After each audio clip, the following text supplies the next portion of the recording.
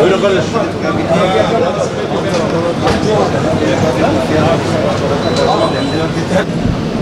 Şu anda zaten bayram biletleri bazı firmalar satıyor, bazı firmalar daha satma başlamadılar daha. Zaten şu anda bayram hareketi pek yoktur.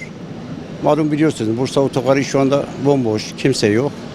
Bayram bilet fiyatları daha belli değil. Bazı firmalar daha zam almışlar, bazıları almamışlar, bazıları Ulaştırma Bakanlığı'ndan daha talimat bekliyorlar. O dönemde bekliyoruz.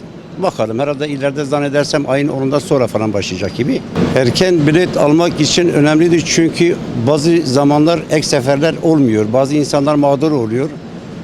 İnsanlar çünkü arabalar yetersiz kalınca insanlar perişan oluyor. Bir de bu şeylerde internete bahsederse bu o bilet sistemi konusunda çoğu internete güveniyor. Diyor ben biletimi alacağım nasıl işimi garanti altına alacağım diyor. İnternet biletleri bazı sisteme girmiyor. Girmediği zaman da buraya geliyor. Bu sefer yeri satılmış mağdur oluyor. Bu konuda erken bilet almak için avantajdır. Tabii ki bazı firmalar daha sistemi açmamışlar. Sistem kapalıdır fiyat konusunda.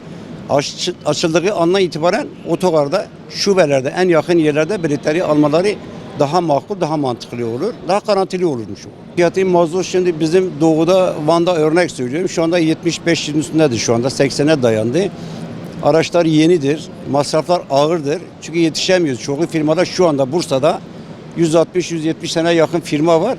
Bu firmaların içerisinde şu anda %30'u geliyor. %70'i kapatmış gelmiyor şu anda. Sefere çıkmıyorlar zaten. Şu anda maliyet yüksektir. O nedenle biz daha fiyat zammı almamışız. Bakanlık veriyor bize. O da daha uygulama falan geçmedi. Büyük bir ihtimal bayramda geçer ya da %20 civarında belki artış olabilir. O da normalde. Maliyet yüksek çünkü. Zaman zaman tabii oluyor yani yoğunluk olduğu zaman çünkü bu sene de hem yaz tatiline denk gelir hem de Kurban Bayramı münasebetiyle inşallah bizim temelimiz odur iş olsun. Hareket olsun biz de ek sefer yapalım. Bu şekil giderse kendi servislerimizi zor kaldırırız herhalde. Bizim Türkiye'deki başımıza bela olan bu online bilettir. O bilet. Adam diyor ki ben o bilet aldım. Bileti alırken bu sisteme bazı işlemiyor. Adamın parasını çekiyor ama o para havuzda kalıyor. Sisteme düşmüyor. Sisteme düşmeyince bizim sisteme düşmüyor. Biz o yeri satıyoruz. Vatandaş diyor ki ben bu biletimi almışım. Nasılsa ben burada sisteme param düştü. Ben bu biletimi almışım. Buraya geldiği zaman bu koltuk satılmış. Nasıl oluyor? Parası havuzda kalmış. Yolcu mağdur olmuş. Biz burada yeri satmışız. Adam ortada perişan oluyor. O bilete muhatap bulamıyor. Millete benim ricam odur ki o bilete internet üzerine mümkün olduğu kadar bilet almasınlar. Çünkü onlar da bize fazla komisyon alıyorlar. İnsanları biraz hak hukukunu koruyamıyorlar. Zaten bizim başımıza Türkiye'nin başına bir derttir. Her firmanın en yakın şubeleri var, telefonları var. Tüm firmalarda telefon açıp biletleri alsınlar. Yani o mağduriyeti yaşamasınlar. Mağduriyet internet her zaman insanlar yaşıyor yani. Otobüs biletleri konusunda en düşük fiyat Türkiye çapında en ucuz sektör yine bizim sektördür. Bizim elimizde geldiği kadar vatandaşın yararına düşünüyoruz. Çoğu zaman inan ki zarar ediyoruz, para kazanmıyoruz. Ama millet incinmesin.